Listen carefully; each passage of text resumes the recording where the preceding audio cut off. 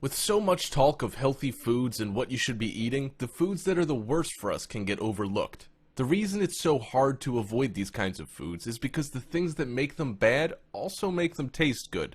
Fatty foods typically taste good, so do sweet and salty ones, which means a lot of the foods you love are likely not the best things you can have. But you don't have to resort to living like Tom Hanks in Castaway. There are plenty of foods that you can turn to that taste amazing and won't jeopardize your well-being. It's about learning why certain foods are bad so you can make better choices on a day-to-day basis. That being said, here are some dietary landmines to watch out for and step around.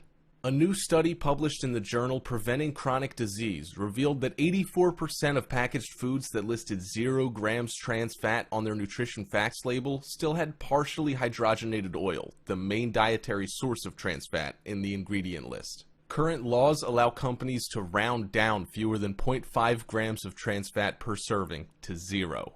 The good news? The amount of trans fat we eat has dropped in the past 30 years, according to a recent study published in the Journal of the American Heart Association. Men are consuming 32% less trans fat and women 35% less than they were in 1980. Still, 1.9% of men's daily calories and 1.7% of women's daily calories come from trans fat today. The American Heart Association recommends limiting trans fat to no more than 1% of total calories consumed. Even a few daily grams of these fats increase bad cholesterol, decrease good cholesterol, and clog arteries. And Harvard researchers estimate that trans fats cause up to 228,000 cases of heart disease and 50,000 deaths annually. Since 2 grams is the most you should have in a day, allowing food with 0.5 grams or less to call themselves trans fat free is a real problem. Simply said, you're best off avoiding trans fat containing foods completely. I'll also show you some quick examples of food rich in trans fat that you might not even be aware of. The first is non-dairy coffee creamer. Half a gram of trans fat in creamer can quickly turn into multiple, since consumers tend to use more than the serving size of a teaspoon per cup. And the typical American coffee drinker guzzles an average of 3 cups of joe per day. On many zero trans fat labels, you can find partially hydrogenated oils as the second or third ingredient listed. The second one is peanut butter. Some companies use partially hydrogenated oils to achieve a long shelf life and creamy texture, so check the label. To be safe, opt for the natural variety. Although it's chunkier, it's also healthier and normally made with just salt and peanuts, not oils loaded with trans fat. You might think that avoiding usual pizza is good, but frozen pizza is equally bad. Trans fat sneaks into the dough of many frozen pizzas, with about 0.3 grams in just one slice. San Diego mother of 2 Katie Simpson sued Nestle for $5 million last year over the use of trans fat in its frozen pizzas sold by DiGiorno, Stouffer's, and California Pizza Kitchen. The case was dismissed since she knowingly purchased and consumed the pizza. One solution? Make your own pie at home. Popcorn's unhealthy as well. I know it's your Friday night movie staple, but microwavable popcorn puts the spotlight on trans fats. The true culprits are the toppings. Butter flavoring can include 0.5 grams of trans fat per serving, while caramel flavoring can contain as many as 1.5 grams. Some extra buttery varieties can have up to 15 grams of trans fats per bag, which is all too easy to inhale in one sitting. Stay away from the microwave popcorn, says Napoli. Just do the old-fashioned air pop or use an actual oil to pop the kernels in. You might love them, but packaged cookies are the devil's. Even the beloved Girl Scout cookies still sneak some trans fat in despite a label that says trans fat free. You may be able to justify those because they only happen a few times a year, but check to see if your favorite store-bought cookies are made with partially hydrogenated cooking oils. Chances are they are, including Chips Ahoy and Keebler, although some brands like Oreos now use high oleic oils instead so they can provide shelf-stable cookies at a reasonable cost. Lastly, margarine. Margarine consumption boomed during the butter shortages of World War II, with even Eleanor Roosevelt promoting it as her toast topping of choice. But it's a recipe for trans fat overload. To create the creamy spread, liquid vegetable oils are blasted with hydrogen. The more solid the margarine, the more it's been hydrogenated. Many labels claim to have 0 grams of trans fat, but if the label lists partially hydrogenated oils, those small amounts of trans fat can add up when you slather margarine on your food. High fructose corn syrup, or HFCS, is an ingredient that didn't exist before 1960, but has a strong appeal to food manufacturers because it's so very sweet, cheap to make, and easy to store. According to David Zinczenko in the ABS diet, the human body doesn't have a shutoff switch for HFCS the way it does with real sugar. This leads us to keep drinking a cola or eating sweet treats long after we would have stopped if they were naturally sweetened. Those who pay attention to what they eat may have noticed high fructose corn syrup creeping into an alarming number of foods in the supermarket aisle. Corn subsidies and other trends have pushed this relatively unhealthy substance into many of the general food groups that we shop for on a regular basis. Here are some of the popular food and drink items that contain high fructose corn syrup, an element with a lot of sugar that has been known to contribute to diabetes and other conditions when eaten in excess. Soft drinks are packed with HFCS. It's no surprise to most of us that soda is chock full of high fructose corn syrup. To those who aren't used to the drink, the stuff can be almost sickeningly sweet. Even diet varieties can have a large amount of this sweetener.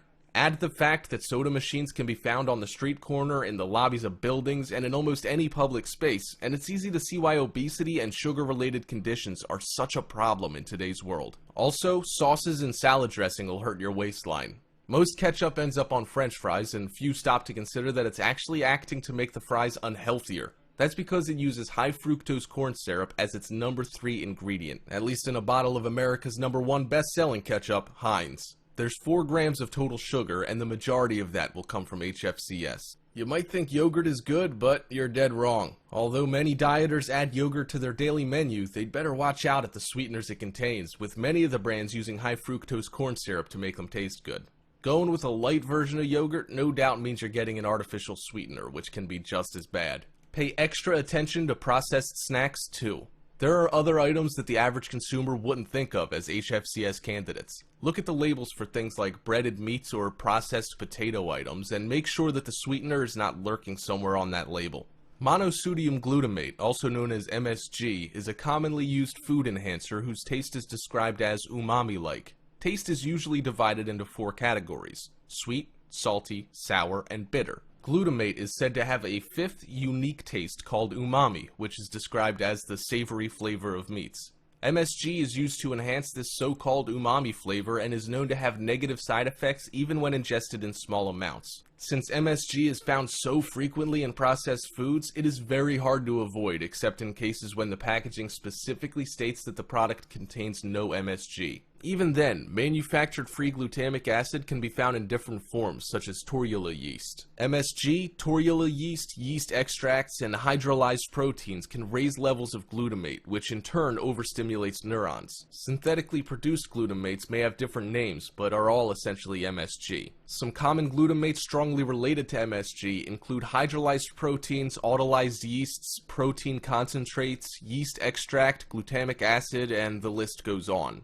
These glutamates can be found in very common grocery items such as low-fat yogurt, canned soups, chips, and most ranch and cheese-flavored foods. In a 2014 study published in Life Science, researchers found that young rats treated with MSG were more susceptible to developing anxiety and depressive behaviors. Examples of food rich in MSG are vegan breakfast sausage, bacon bits, veggie burger and nuggets, and fried food. Walk into any big grocery store and you'll find that artificial sweeteners are everywhere. They're tucked into soft drinks, baked goods, and fruit juices to make them taste sweet without the extra calories. Most products that contain artificial sweeteners are usually labeled as diet or reduced sugar, but not all are. You can even find some in foods that claim to have natural ingredients. Because they're not always clearly labeled on food packaging, consumers may not realize that they're eating them. Artificial sweeteners have been under the spotlight for decades now, as health food advocates point out that they come with a list of side effects, much like a drug. The side effects that are claimed by those against sweeteners like aspartame include some really severe conditions, such as depression, insomnia, blindness, tinnitus, hives, and a contributing factor to things like Alzheimer's and MS. Examples of foods rich in artificial sweeteners are light food and beverages with the word light or low sugar, Diet Coke, and packaged snacks. High levels of sodium, or salt,